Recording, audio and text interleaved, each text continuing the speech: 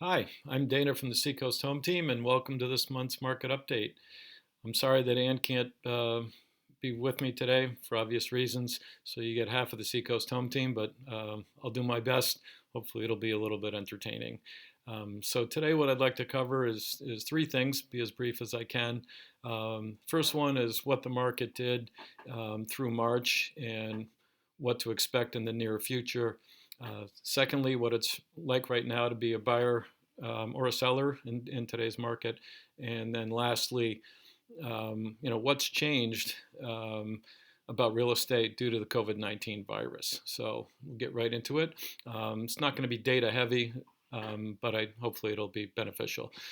So for March activity, what the data shows is that the market performed similarly to last year, and in fact, it actually performed a little bit better. However, keep in mind that that activity, as measured in closings, was generated on activity that happened 1 to 2 months prior, before all the COVID got quite bad and affected everything the way that it has. At the end of the month, however, into March, inventory was down significantly.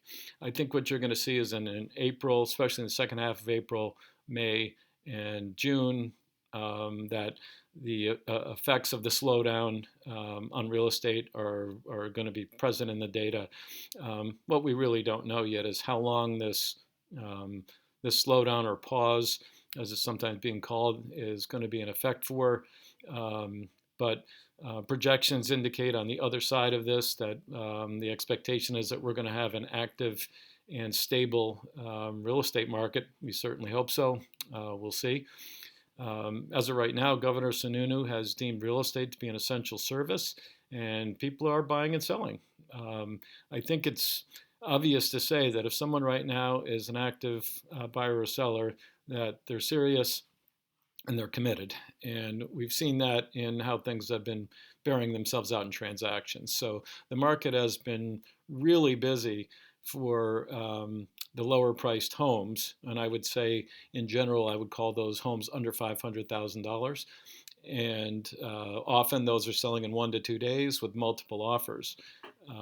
However, if you have a property in the market that's above 500, it's very challenging out there. So what's changed because of COVID and how we practice real estate? Well, the first thing is that open houses are not allowed in the state of New Hampshire in person. All that's being done virtually, and it's actually working quite well. The other thing that's different is showings. So sellers have been limiting the number of people that can come to a showing, the number of times they could come for a showing, and sometimes that's they're not even being allowed to see the property until the time of the first home inspection. Thirdly, we as agents have been adding clauses, addendums, etc., to try to make it safe and protect both our buyers and sellers. So we're trying to protect sellers from liability related to COVID, and we're trying to protect buyers to be sure if they get laid off or furloughed or have any COVID-related incident themselves, that they're not obligated to go forward with the transaction. Lastly, what's different is that everything's taking a lot longer. That should be no surprise. But what may be a surprise is all the individual people-related dependencies that go on to make a single real estate transaction happen. So I've got a list here I'm going to read to you. I can't remember them all. But it includes buyers and sellers, obviously, real estate agents, home stagers and photographers, mortgage brokers and lenders, home and septic inspectors, contractors, if any work needs to be done based on a home inspection, or even prior to selling your home, title researchers, underwriters, town hall employees, appraisers, bankers, insurance agents, utility companies, lawyers and closing agents, people at the registry of deeds so that the transaction can be legal and real and final. And lastly, if you want to move into your new property, you need movers, unless you're capable of doing that yourself. So with all that said, there's still buying and selling going on, and we as agents are doing our best to make the process safe for everybody involved in the transaction. So We all have some free time.